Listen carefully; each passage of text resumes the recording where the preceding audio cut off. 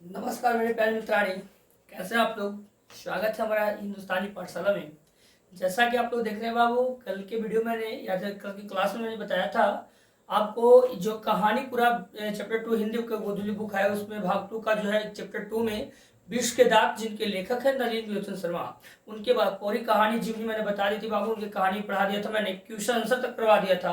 आपको MCQ question बच रहा था, ऑब्जेक्टिव क्वेश्चन, जिसके माध्यम से आपको आज बताने वाले हैं, सारा क्लियर हो जाएगा। आप लोग ध्यान से देखिए इस क्लास को।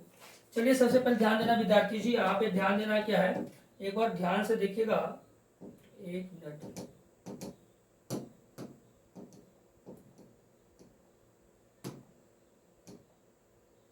चलिए पहला प्रश्न आपका करा कि सेन साहब के पास किस रंग का मोटर कार था। ए में करा काला, बी में करा नीला, सी में करा उजला, डी में हरा। बताइए आप लोग को सेन साहब के पास किस कलर का कार था। तो सेन साहब के पास आपका ब्लैक कार था बाबू, काला का, इसलिए राइट आंसर इसका ए होगा। यहाँ तो कोई दिक्कत नहीं।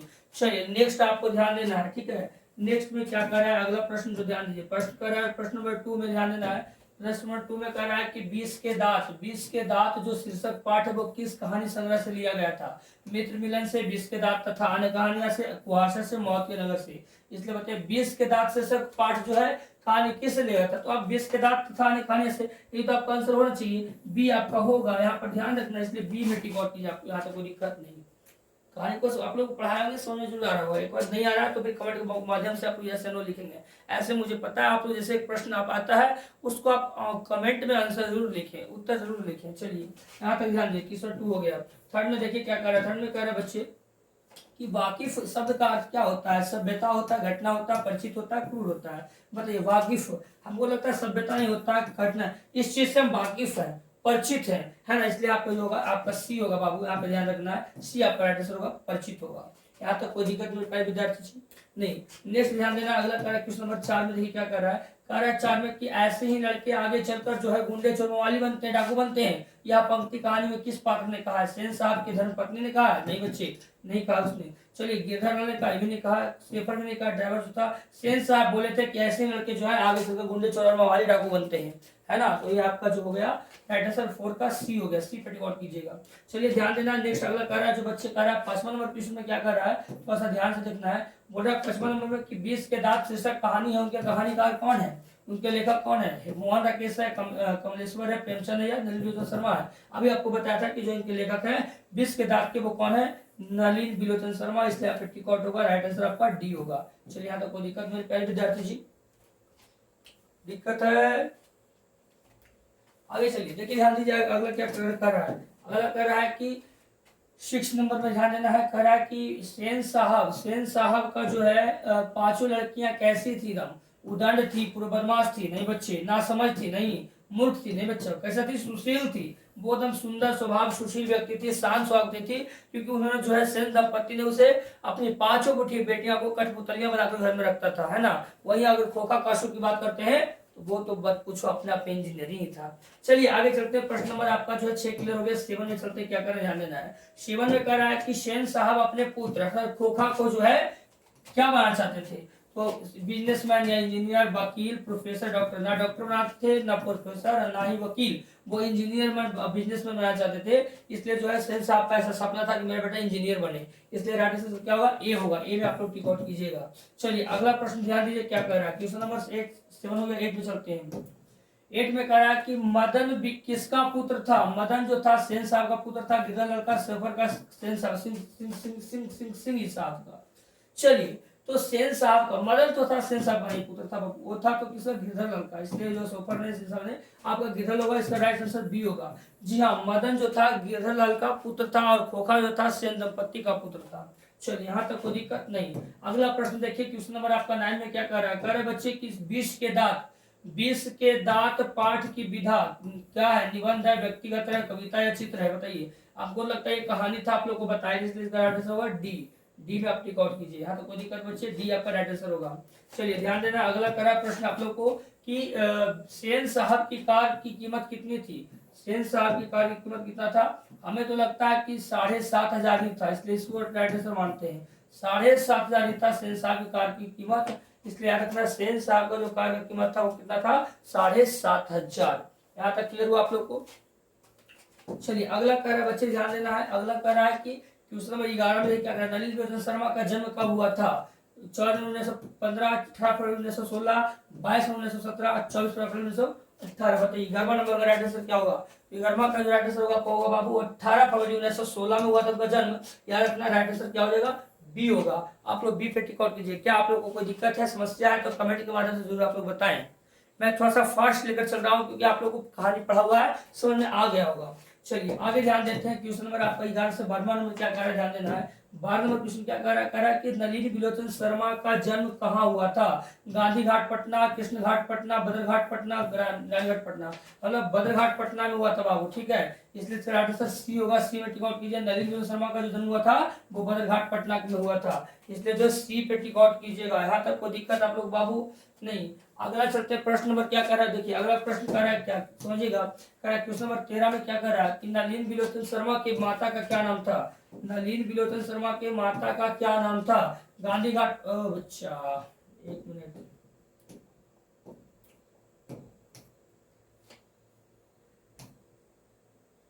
चलिए ध्यान देना।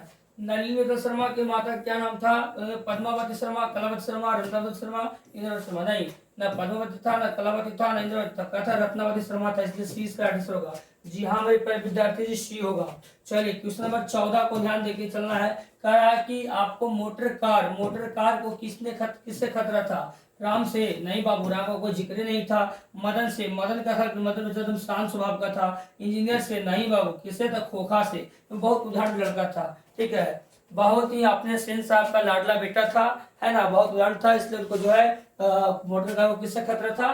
तो आपको खोखा से होगा, राइट आंसर सी होगा। चलिए 14 तक क्लियर हुआ? नहीं। 15 को ध्यान देना, क्या करा 15 का देखिए आप ध्यान दीजिएगा। कह रहा कि सेन साहब की आंखों का तारा कौन था? सेन साहब की आंखों का तारा कौन था?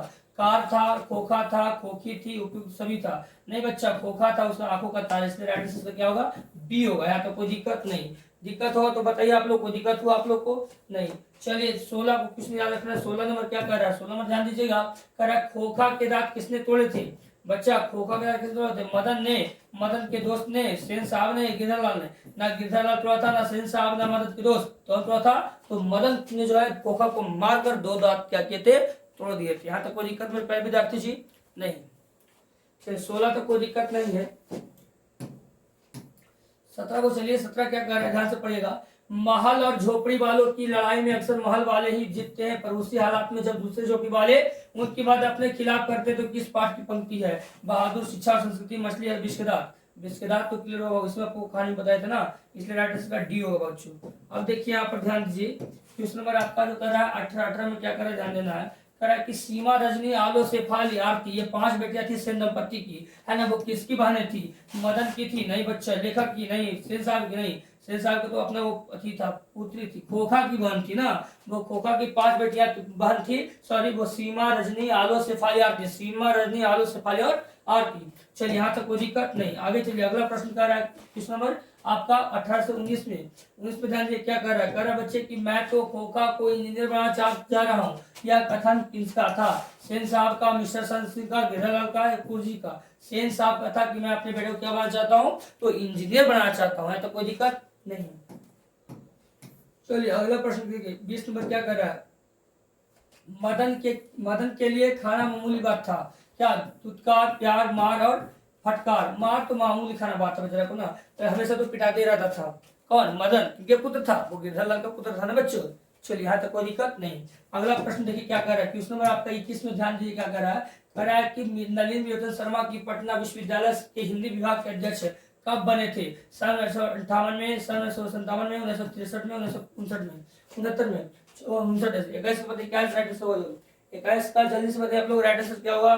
तो 21 का जो आपका राइट आंसर होगा 1959, है ना। 60 में एक कम, 1959 में जो है वो क्या थे? नलिनी विलोचन शर्मा पटना विश्वविद्यालय के हिंदी विभाग के अध्यक्ष बने थे 1959 में। चलिए आगे प्रश्न देखिए क्या कर रहा है। कर रहा है प्रश्न नंबर 21 से 22।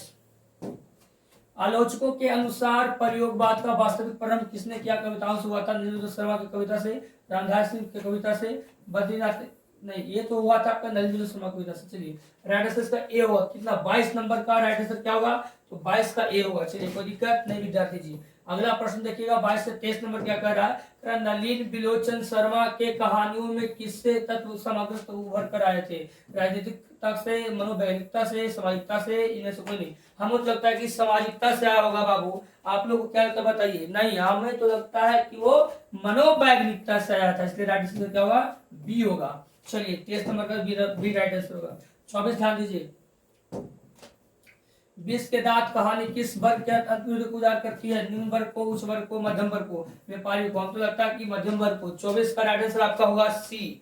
जी हाँ, 24 का राइट आंसर क्या होगा, सी होगा। चलिए यहाँ तक कोई दिक्कत नहीं। अगला ध्यान दीजिएगा, 24 में कोई दिक्कत नहीं बच्चे। 25 नंबर ध्यान दीजिए क्या कह रहा है, 25 में कह रहा है क्या कि खोखा खोखी किस भाषा का शब्द है, बताइएगा। तमिल, भोजपुरी, बंगला, हिंदी। ये तो बंगला का था बाबू, नहीं बंगला का तो नहीं था, हमको लगता है किसका था बताइए आप लोग। हाँ, बंगला का ही था। जी हाँ, बंगला का ही था। खोखा खोखी का प्रयोग बच्चा बच्ची इसको बोलते हैं, है ना। बंगला में खोखा खोखी को बच्चा बच्ची बोलते हैं। चलिए यहाँ ध्यान दीजिए, अगला नंबर जो है 26 नंबर, ये क्या कह रहा है बच्चे की सेन साहब की कितनी लड़कियां थी, 3, 6, 5, 5 थी। सफाली आरती ये सब क्या थी, 5 लड़कियां थी। चलिए अगला प्रश्न देखिए क्या कर रहा है 26 में 27 में क्या कर रहा है, ध्यान दीजिएगा। शेफर शब्द का अर्थ क्या होता है, सभ्यता, संबंध, निर्माण, ड्राइवर। ड्राइवर होता है, आपको बता दिए हैं, इसलिए ध्यान रखना क्या होता है, शेफर। शेफर शब्द का शब्द होता है ड्राइवर। चलिए अगला प्रश्न जो कर रहा है आपको क्या कर रहा है, देखिए 27 और 28 नंबर में क्या कर रहा है, कह रहा नलिन बिलोचन शर्मा की मृत्यु कब हुई थी, 12 सितंबर 1961, 14 सितंबर 1961, 16 सितंबर 1961,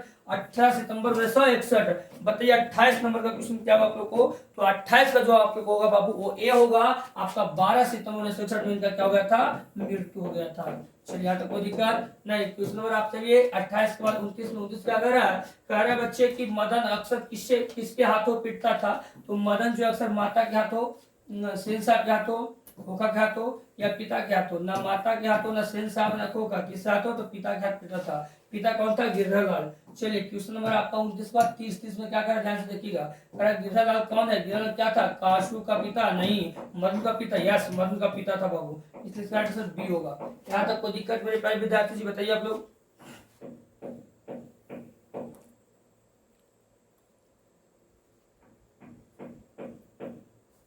यहाँ तक कोई दिक्कत चलिए नहीं है तो आपका 30 प्रश्न मैंने क्लियर कर दिया है। यहाँ तक किसी को दिक्कत नहीं है तो आज क्लास यहीं तक समाप्त करते हैं और मिलते हैं नेक्स्ट डे। जय हिंद, जय भारत।